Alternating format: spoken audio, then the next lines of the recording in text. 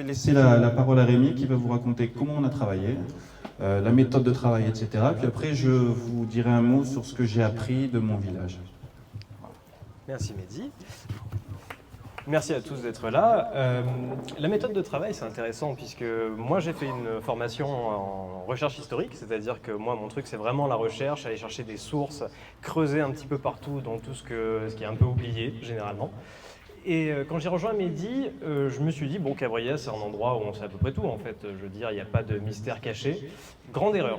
Déjà, je suis arrivé, quand je rencontre Mehdi pour travailler sur le livre la première fois, je découvre une espèce de livre vivant de tout ce qui s'est passé à Cabriès depuis 1970.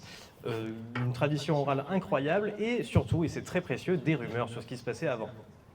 Les rumeurs, c'est important parce qu'en fait, quand on arrive sur un terrain en tant qu'historien, on n'a pas beaucoup de notions. Qui a écrit un livre sur Cabriès? Qui l'a fait? Qui a fait des travaux sur Cabriès avant?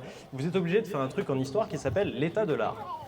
L'état de l'art, c'est que vous allez chercher concrètement qui a fait quoi, qui vit où et quels historiens et quels mouvements historiographiques a travaillé.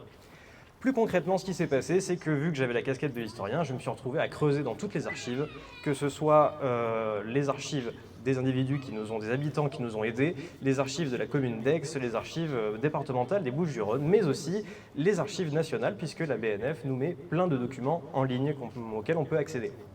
De ça, j'ai trouvé énormément de choses qui étaient un petit peu cachées, des choses que vous pouvez trouver dans le livre ou que vous avez déjà lues, comme la croix qui est un petit peu en dessous, qui est un élément en fait de communication bonapartiste d'époque du Second Empire, juste avant le Second Empire, puisque le Piton, bon, Mehdi va vous en parler plus amplement, est un haut lieu au final de l'histoire, un lieu où vous avez un petit peu tous les grands moments de l'histoire de France qui se retrouvent à petite échelle à Cabriès. C'est ce qui est intéressant là-dedans, et c'est ce qui fait toute la valeur du livre à mon sens, c'est qu'on voit proche de chez nous la grande histoire. Et ça, c'est passionnant, elle est à hauteur d'homme, et c'est ça qui fait toute sa valeur.